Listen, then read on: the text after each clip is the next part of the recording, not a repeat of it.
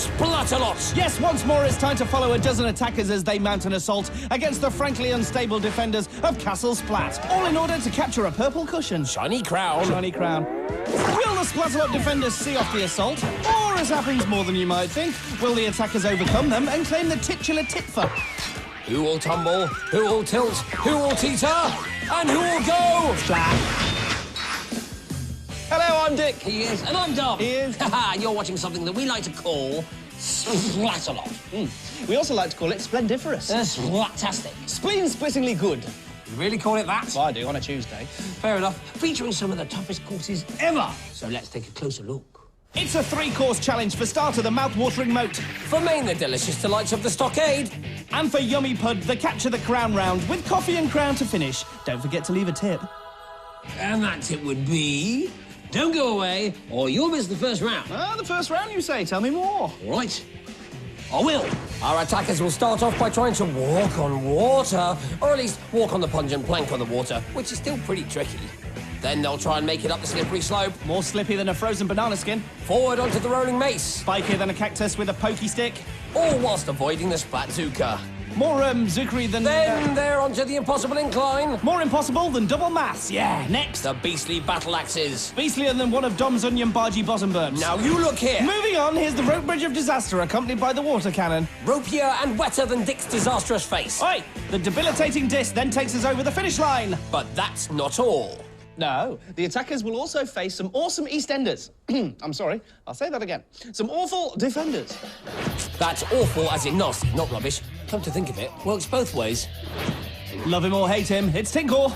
Loves walks on the beach, it's Grotness. Loves himself. My name is Thorn. Watch out, attackers! For the giant battle axes. Ooh, tough times ahead for our attackers. Let's see how they get on. Splats away. So I hear you're not feeling well, Croc. I'm a bit off today. What does Tinko suggest for good medication? 2 parts Kildare hair, 2 parts slime. Other cold and flu remedies are available. Here's Eli. I like cheese. Well, Iceman, Eli should be at home on the cheesy pungent plank. Oh, Ganky, look at that. He should have tried to cross more carefully. Carefully. Piece of cheese. Thank you. Yeah, the first cheese gagger of the day. I doubt it'll be the last. You like cheese? Well, say cheese. I was right. Oh, algae poke. Finger! Dick, check this out. Circle here, circle there, and ta-da, a mental button. Oh, I wanted to press that one. Well, hard cheese, buddy. Here, I thought I was the cheesy gag merchant. Why don't you just stick to being small and angry? Oi! That's better. Eli now at the rolling mace, and he needs to pick up the pace. Oh, smudge rubber. Eli's back up and facing the incline. Gently does it. He's finding his footing. Oh, and now he finds himself in the hanky filler. Are you thinking what I'm thinking? I'm not thinking anything. Typical, whereas I'm thinking that could be Splat of the day. Onto the battle axes, and Eli's cutting it fine on the giant choppers. Ooh, what a leap! And what a landing. He hangs on. Thorn piles on the pressure, but Eli is over the rope bridge. His confidence is building. Is that all I've got? Of course not. Oh dear, maybe Eli was a tad overconfident. Yes, taunting the defenders often leads to the daunting prospect of a big, soft, creamy, cheesy splat.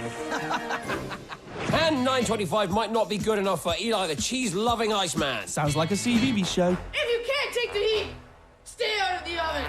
Oh, this could be good. Here comes hyper-attacker Bradley. Twogbert! Oh, brilliant. Straight off the end of the plank and into the end of the slippery slope. Oh, Brad. If you can't take the slime, stay out of the castle. The question should be, can he take the rolling mace? The answer is yes, really quickly. Ooh, into the splitties! Stop showing off, young Bradley. You've got a castle to invade. Where'd he go? There he is. Me and my pig home will show the figure. Oh, yeah? He splats, he splits, he gives Thorn lip. This kid is awesome. Whoa! One of the fastest, funniest runs ever. Brad gets an amazing 2 minutes 2. Our next attacker is Holly. Carisa! Well, that was hardly peaceful now, was it? Here's Holly at the bottom of the slope. Still at the bottom. But she's now managing to, well, no, stay at the bottom. Oh, but this looks more promising. No, still at the bottom. Well, her feet get in a muddle, and down she goes. Her head tells her she should be going up the slope, but her body decides down is best. And into the manuka she goes. Let's move on. Holly has. She's moved on to the top of the rolling mace. Tink's got her in his sights. But Holly's on the move. She's doing fantastic. Oh! Fantastic. Oh! Being a new way of saying hanging by a thread and then splatting in the moat. Still, Holly's finished in a time of 6:11, which could be okay. This is where evil meets medieval. Carisa totally stormed the plank and the slope, but you don't want to see that. You want to see her getting splatted by Tinkor as he does a mutant duck impression.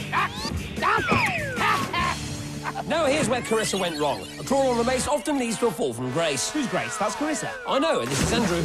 I like cookies. Through dangers untold and hardships unnumbered, Andrew has fought his way here to Castle Splat to tell us that. Each to their own. Likes cookies. Do you think he likes falling into freezing cold moats? Let's hope so, otherwise he'll be very disgruntled. Disgruntled, that's not a word. Is so? Look in his handy dictionary what I have. Oh, yes, so it is. So how does he get regruntled? Watch your step. Getting over the battle axes should do it. Oh, Pumplewort. Oh dear, that'll be a distinct lack of gruntlement for Andy. Crockness, on the other hand, definitely feeling the gruntles. But Andy ends up with a time of 5:10, looking pretty safe, especially compared to Carissa's 8:20. She's got to be in the danger zone. Here's Sienna. Check it. Check what? Hey, Sienna. What? Check it. Exeter! Double Exeter! Oh, yes, a double Exeter on your bonds, girlfriend. Whoa, Sienna's fighting back. Is that allowed? Perhaps. Sienna now at the rope bridge. Crocky tries to distract her with the vaporizer. Oh, whilst Tink finishes her off. Nice one, Tink. For all that, she's going to finish in a pretty respectable time here. We could be talking stockade. But for now, we'll stick to English. And Sienna finishes in a very good 4 minutes 11. Well, that was a bit of a surprise. I actually didn't think she'd make it. Well, she did, Dawn. In fact, they all did. And here are the times to prove it. Bradley's leading the way with 2:02. Eli's the one to beat with 9:25, but Carissa's got to be feeling the heat too. Set fire to her pants, did she? There's always one. No, I mean feeling the heat, as in a little bit nervous, because one of this lot will be after her place in the next round. Spooshy. Let's check out the statistics so far. What will you splat at? No. This time, we'll be using the Splattertron. Right, splatter. We haven't discussed this. But it doesn't matter about the Splat Hat. What is it? It's a thing. Let's try it. Okay, well, so far, Bradley is the fastest attacker. So... Engage the Splattertron. So far. In fact, he is over 2 minutes faster than his nearest rival, Sienna, who is almost a minute faster than... Stop it! Just stop it! Stop it! Bit overexcited, isn't he? Bless him. Let's see if a recap calms him down. Attackers went splat on the slope, the rope, the axe, the incline, the disc, and the slope again, which made Croc happy and Tinkle dance. So after all of that splatting, these 6 brave contenders have done all they can, but will it be enough? Bit calmer now? Yes. Good. Then let's get cracking with the second half. Here's attacker number 7, Julia. I like purple dinosaurs. Oh, do you? I don't. That Barney bloke's the right hooligan. Trout snobbery! Where? There! There! And there! Come on, Julia! Hoorah! Julia's moved on from the pungent plank to the terrifying rolling mace. Will she make it? Oh, smirk urchin! Now, Julia has coulrophobia, which is a fear of clowns. I suspect she's now got terrifying rhodomesophobia. Ooh, what's that a fear of? Stupid dick. Julia, I ask you, are you ready? I think she is. So is Tinkor. Ooh, shot! Tinkle mistakes Thorn for an attacker. Awkward. Back to Julia on the disc. Oh, Bobby Dangler! And there she is, off it. Julia gets up close and personal with the moat once more, but did that tug of war slow her down? Heave-ho! No, she gets a 5:09. That knocks out Eli and puts her in the top 6. Now, who the splat is that? Ian! I am so uncomfortable at the moment. Well, Ian, I think it's about to get uncomfortable. Ian, say cheese. Oh, such cruel taunts. Tinker! That's it, Tinkle. Make him feel even more unsettled. Do I scare you, Ian? Well, you should be, yeah. You can tell him to be scared till you're blue in the face, Dawn. It's not going to work on Ian. I think you looked a bit too eager to jump in there. I have to agree with Thorn, which is a bit weird. First time for everything, but with a time of 5:56, Ian can relax as he's 3. My cookie! Does Patrick know he said that out loud? And he's off. Straight off the plank, that is. Hang on. Is he swimming the moat? Is that even legal? What kind of splatting obstacle course are we running here, people? We'll check back with Patrick later. Here's Drita. Turkey lurkey! Drita likes turkey, orange, and Angelina Jolie Sandwiches. She doesn't like the pungent flank, unless, of course, those are chilling screams of excitement. Okay, everyone, let's do a Drita scream. Drita scream. 1, 2, 3. Whilst the defenders play, Drita's away. What does she think this is? Splatalot? Drita, if that lot stops shooting goo, they'll start talking, and none of us want that now, do we? Ooh, bum, bum, bum, bum, bum. Tink splats Drita whilst her back is turned. She doesn't like that one bit. Check out the roar. It's like a dino roar, yes? Whatever it is, it's a final roar for Drita, as she has just run out of time. So long, screaming Drita. Now here's Patrick again. Thank Hanky stopped swimming everywhere, otherwise I really think I might have lost it. Dick, would you just take the mic for a moment? Certainly, dear. Oogie boogie pandas! A battle cry is terrifying, as it is confusing. Ah, you're back, Dom. Hello. Hello, what do we have here? Ah, this is Taylor, a.k.a. Giggles, and this is Tinkle, a.k.a. Creepy Giggles. Taylor sets off down the mace, and all festering gimboids! Well, I'd go as far as to say spiky festering gimboids. Fair enough. What a battle cry! A big hand for Jamie, our final attacker for this round. His hands don't look that big from here, unless he's huge and we're further away than normal and he's competing in a special giant castle. No, none of the above. Jamie's on the mace.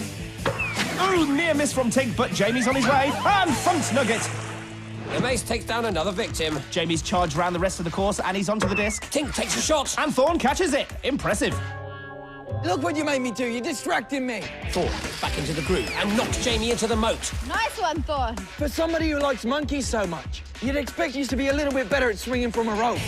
Well, as you can see, Jamie's really cut up about that comment from Thorn. He and Taylor just have to console themselves with the fact that they're through to the next round. Oh no, Dom, close your eyes, it's Patrick. What's he doing? Not that much. Is he swimming? No, he's sort of standing. Your legs aren't long enough. Why would he need longer legs? To give himself a kick up the bum. He's not making much progress. But at least he's not swimming, he's more lunging. Oh, look at that! On the one hand, that's quite impressive doing that for so long. On the other hand, we do want to get home in time for tea tonight. Oi, you, fall off! You can't say that. I can, and did. Ooh, and he has. Your legs aren't long enough. So Patrick has a DNF, which means... Does not fiddling know the difference between a moat challenge and a swimming gala?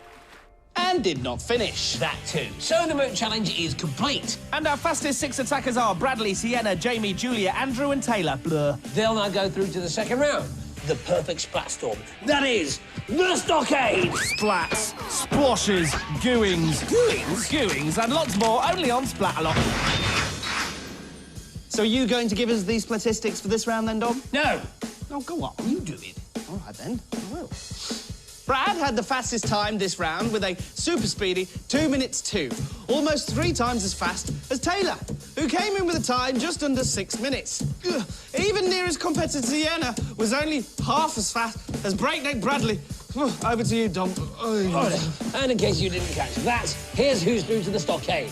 It's Bradley, Taylor, Jamie, Sienna, Andrew, and Julia. But only 4 of them will proceed to the final. The other 2 will stay in the stockade forever, ever. Look, I told you, we do not keep the losers in the stockade. Sorry. We keep them in the medieval chariot park. It all starts with a giant spinning hexagon, which should really have a cooler name. Attackers then try to grab rungs in order to complete their ladders, Once done, they have to grab a flag and race to the top of the battlements. thus securing their place in the Capture the Crown round. But spinning hexagons aren't the only scary things they'll have to face. Bring on the defenders. Here's our bizarre birdman, One flap and you're on your back. Kookaburra. Followed by the feisty fighter, Shaden. And finally, it's the mouthy menace. Bully stuff. Cheeky. Bring it on, attackers! We dare you! Yeah, leave her alone, Kook. We dare you.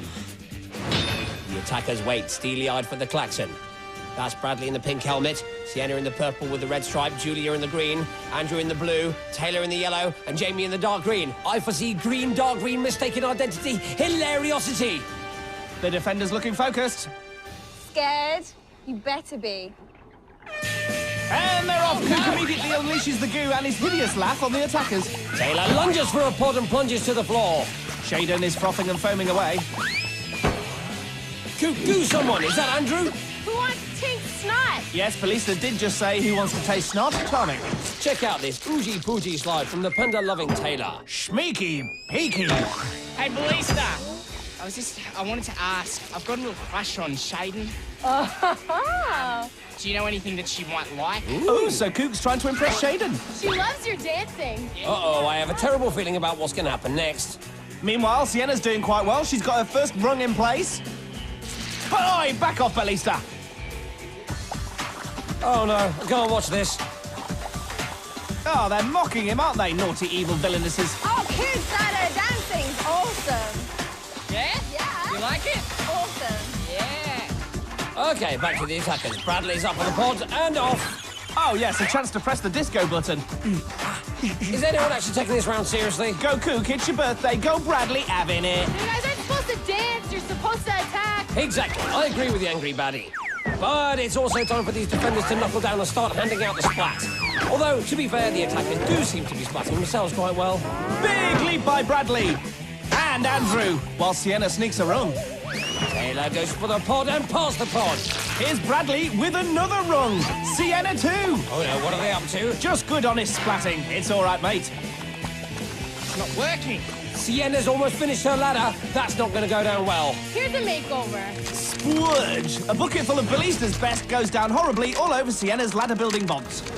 But despite that, she's completed her ladder. And there's Bradley next to her, trying to keep up. Sienna's got the first flag.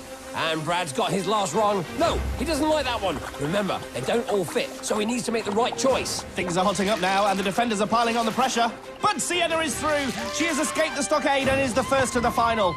Bradley now has a flag and heads for his ladder. Sienna's still celebrating. And Bradley's about to join her. He's also through to the final. Yes, he's pretty happy too. Defenders, full attack. Shouldn't they have been doing that from the start? Bad defenders. Smacky botty. Cooks, looking for someone to splat. Well, Jamie's a candidate. But Ballista butts in and slimes Jamie first. Can he hold on? No! Maybe Andy will do better. He's got his rung. Worcester! Disarmed him. He really did. Let's see that again. So here's Andy with the rung in his hand, and it all goes rung for him. Plus, there's nothing wrong with Cook's accuracy either. Look, 2 rungs don't make a right, all right? Here's Andrew with the third flag. That slime from Ballista won't slow him down. Julia has completed her ladder, and Jamie's not far behind. But Andrew is now our third attacker through. Oh, yes, he's flappy and happy.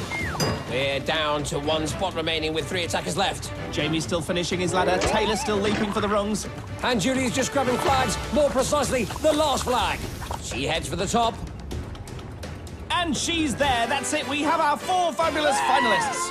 Which means it's the multi-story for you, Taylor and Jamie. Oh, what a round! So going through are... Sienna, Bradley, Andrew and Julia. Brave attackers all. But can they handle the capture the crown round? The final challenge is tough, rough and gruff. But for the attackers, it's worth all of that just for the chance to wear the crown of Splatalot. So, any predictions? Oh, you betcha. Aries with Venus in the 7th house. Today the world will be your oyster. Too bad you're allergic to shellfish. No! Yes, it's written in the stars. Libra, beware otters. Scorpio... No, that's the wrong sort of prediction. Oh. I mean, what do you think's going to happen next in Splatalot? Oh, as in who will win the crown? Yes! And who will get a good splatting? Yes, come on, give me a proper prediction, not this star sign rubbish. Right, well, I think you will get a good splatting. What? See? I predicted that. And as for who will win the crown, it will be one of this lot. Our 4 contenders are Sienna, Bradley, Andrew and Julia. Thanks for those. No problem. But remember, standing in between them and the crown will be this little lot.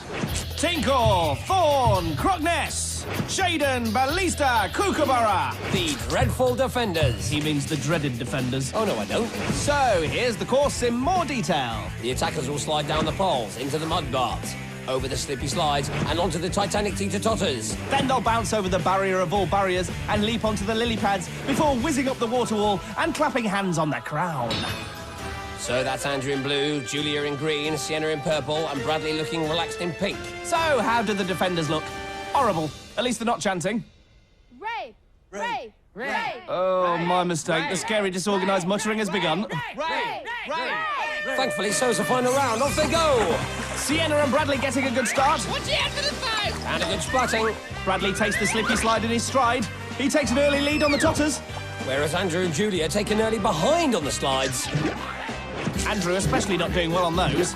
Unless your definition of doing well is repeatedly face-splatting them.